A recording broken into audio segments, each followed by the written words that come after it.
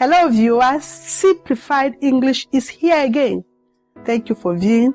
We are here to learn the English language. Have you subscribed? Please do well too. We are waiting for you to subscribe, like our videos, share them. Thank you very much for doing that. Today we'll be continuing with shall and will to end the modal auxiliary classes. But before then, I just want to take you through what we have done before.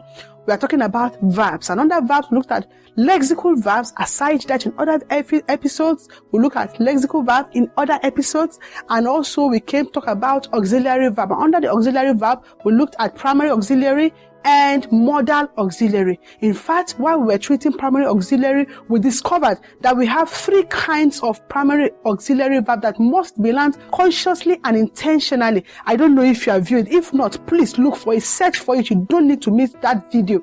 Then we talked about modal auxiliary verb. We saw that modal auxiliary verbs are verbs that talks about the mood of the speaker, and it expresses quite a number and a variety of mood, such as probability, possibility, ability, availability. I don't want to mention all.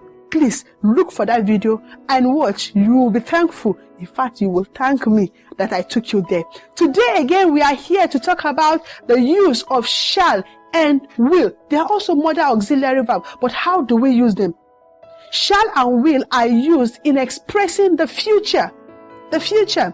Shall is used with the first person singular and the first person plural alone, while will is used for the second and third person singular and plural. What do I mean by that? You can say, I shall, we shall, but not you shall, she shall, you plural shall, and they shall.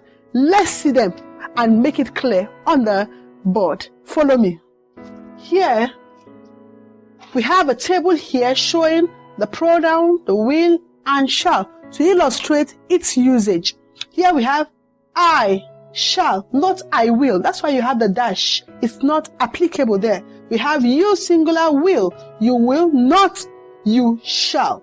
You have she, he, it will, not she, he, it shall. We have we shall, not we will. Not we will, but we shall. And then you will, they will, not you shall or they shall. This is how we use the modal auxiliary verb that denotes future, will and shall. That shall goes with only the first and the first person singular and the first person plural only. I guess you have learned how to use shall. Next time you don't say you shall, but rather you said I shall or we shall. Thank you very much for viewing. We appreciate you. We love you. We just need you to do this one thing for us.